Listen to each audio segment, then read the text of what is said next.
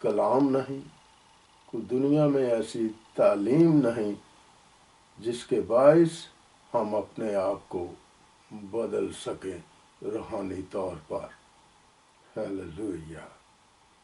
آج کا زندہ کلام دیکھیں گے، کلام پاک میں سے دیکھیں گے، پرانے عہد نامہ میں سے دیکھیں گے، پیدائش 19 باب اور اس کی 12 آیات سے لے کر 14 آیات تک خدا ان کا زندہ کلام دیکھیں گے۔ 19 باب، پیدائش 19 باب اور اس کی 12 آیات سے لے کر 14 آیات تک آج کا زندہ کلام ہم دیکھیں گے۔ تب ان مردوں نے لوط سے کہا، کیا یہاں تیرا اور کوئی ہے داماد اور اپنے بیٹوں اور بیٹیوں اور جو کوئی تیرا اس شہر میں ہو سب کو اس مقام سے باہر نکال لے جا، کیونکہ ہم اس مقام کو نیست کریں گے، اس لیے کہ ان کا شور خداوند کے حضور بہت بلند ہوا ہے، اور خداوند نے اسے نیست کرنے کو ہمیں بھیجا ہے۔ تب لوط نے باہر جا کر اپنے دامادوں سے، جنہوں نے اس کی بیٹیاں بیاہی تھیں، باتیں کی اور کہا کہ اٹھو اور اس مقام سے نکلو، کیونکہ خداوند اس شہر کو نیست کرے گا۔ لیکن وہ اپنے دامادوں کی نظر میں مضائقہ سا معلوم ہوا۔ آج کے زندہ کلام کے پڑھے اور سنے جانے پر پیارے پربھو کی بڑی برکت ہو۔ ہیلیلویا۔ خداوند کے زندہ کلام میں جو ہمارا روحانی مکاشفہ ہے، اور کلام پاک میں جو پیدائش کی کتاب ہے، یہ پہلی کتاب ہے، اور اس میں ہم دیکھتے ہیں لوط کے بارے میں ذکر دیکھتے ہیں، جو ابراہیم کے بھائی کا بیٹا تھا، اور رشتے میں لوط جو ہے یہ ابراہیم کا جو ہے یہ بھتیجا تھا۔ اور ہم دیکھتے ہیں کہ ابراہیم جو ایک راست باز انسان تھا، راست باز خدا کا نبی تھا، اور اس کا جو یہ بھتیجا ہے، جو اس کا نیفیو ہے، یہ دونوں جو ہے وہ ایک ہی مقام پر رہتے ہیں، اور ابراہیم جو ہے وہ اپنے بھائی کے بیٹے کو اپنے بھائی ہی کا درجہ دیتا تھا۔ ہیلیلویا، خداوند کی تعریف ہو۔ میرے جو یہاں پر ہم ایک بہت تاریخی شہر کے بارے میں دیکھتے ہیں، جہاں پر یہ خدا کا بندہ، خدا کا نام لیوا، خدا ان کا ڈر اور خوف اس کی زندگی میں تھا، اور اس کا گھرانہ بھی جو تھا وہ خدا کے خوف سے ڈرتا اور کانپتا تھا، اس لیے کہ یہ پورا کا پورا گھرانہ جو ہے وہ خداوند کو سجدہ کرتا تھا، خداوند کی پرستش کرتا تھا اور خدا کے ساتھ چلتا تھا۔ اور ہم دیکھتے ہیں کہ یہاں پر لوط اور سدوم کے بارے میں جو یہ ایک تاریخی شہر ہے اور تاریخی حیثیت ہونے کے باعث اس کا ذکر جو ہے وہ ان شہروں کا ذکر جو سدوم اور عمورہ کا میں اور آپ کلام میں دیکھتے ہیں، تو اس میں ہم دیکھتے ہیں کہ یہ سدوم اور عمورہ کے جو لوگ ہیں یہ بدی اور گناہوں میں اور آپ ان کو گھرے ہوئے دیکھتے ہیں، جو سراسر جو ہے گناہ پہ گناہ کرتے ہیں اور بدی ایک سے بڑھ کر ایک دوسرے سے بدی کرتے ہیں۔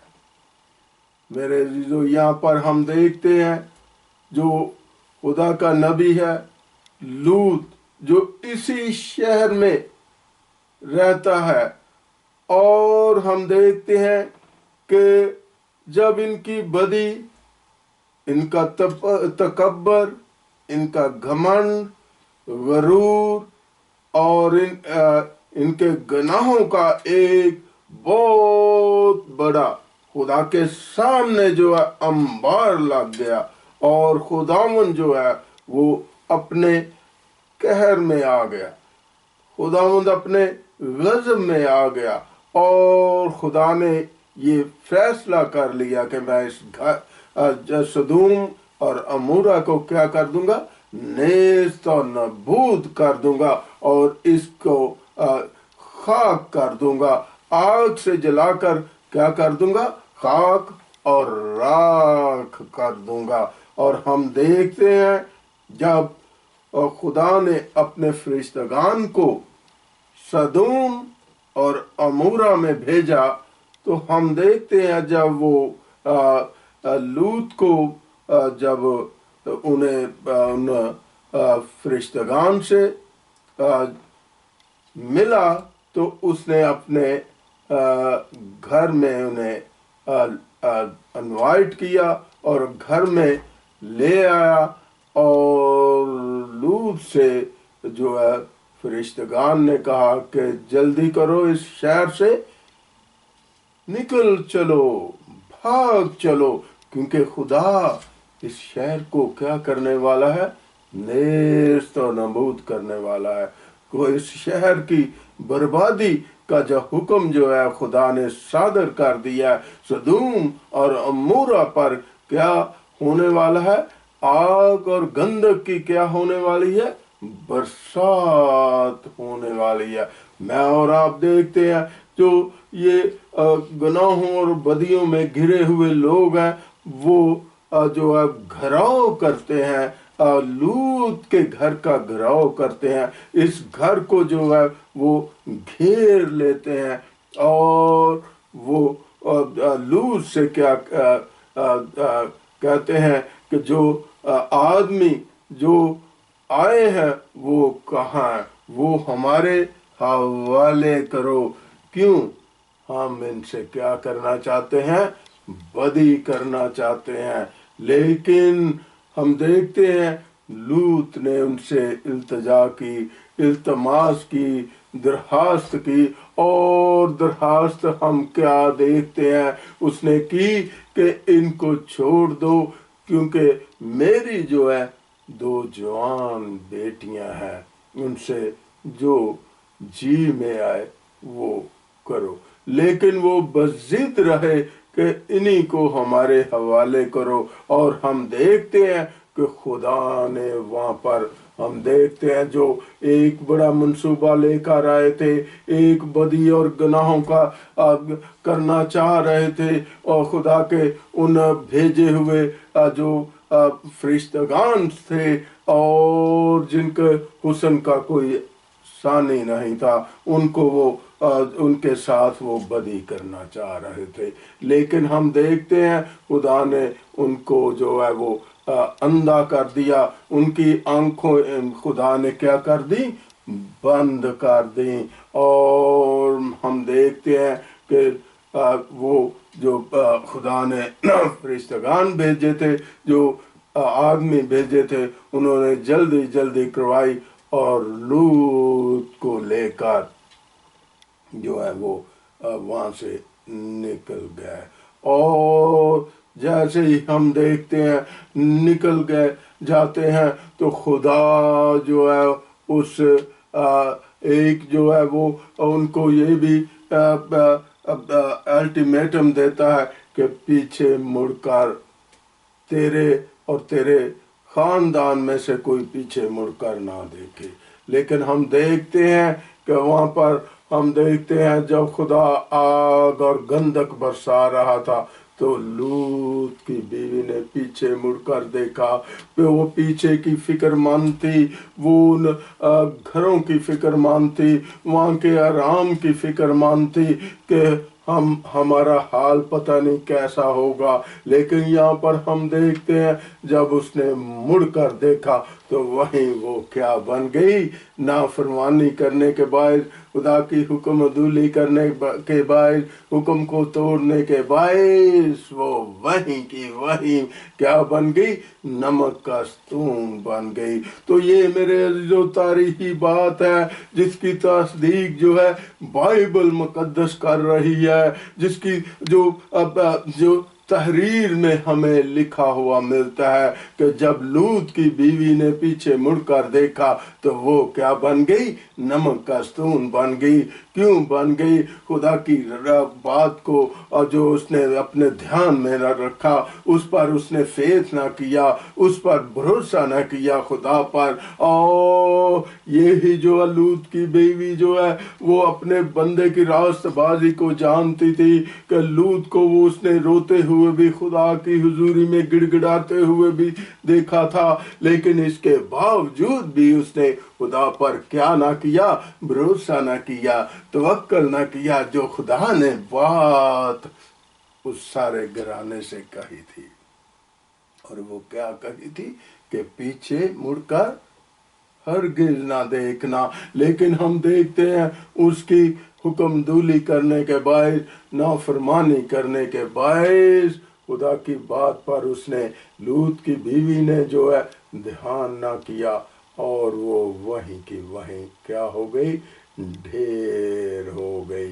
میرے عزیزو ہم دیکھتے ہیں کہ جب ہم دیکھتے ہیں کہ لوط جو ہے وہ اس میں کسی طرح کی کوئی بدی اور برائی نہیں تھی، اور لیکن وہاں پر خدا کا بندہ، خدا کا نبی جو ہے پرچار کرتا رہا، لیکن ان کے اندر کوئی تبدیلی نام کی کوئی چیز نہیں تھی۔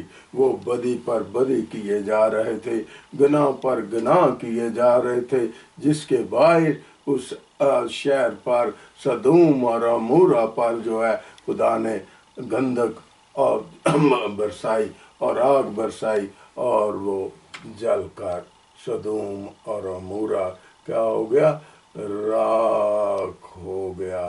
میرے عزیزو آج خداوند جو ہے وہ طوفان بھی لا رہا ہے، وبائیں بھی چلا رہا ہے، اور ہر بندہ اس بات سے واقف ہے۔ کوئی بھی دنیا میں رہنے والا انسان جو ہے غافل نہیں، لیکن اس کے باوجود بھی خدا کے قہر کو ماننے سے انکار کرتے ہیں، خدا کی محبت کو جاننے سے انکار کرتے ہیں، اور بدی پر بدی اور گناہ پر گناہ اس وقت کے زمانہ کے حساب سے لوگ آج بھی جو ہے وہ گناہوں پر چل رہے ہیں، اور خدا ان کو باور کروا رہا ہے، اپنے کلام کے وسیلے سے باور کروا رہا ہے، اپنے خادم و دین کے ذریعے باور کروا رہا ہے کہ بدی اور گناہوں کو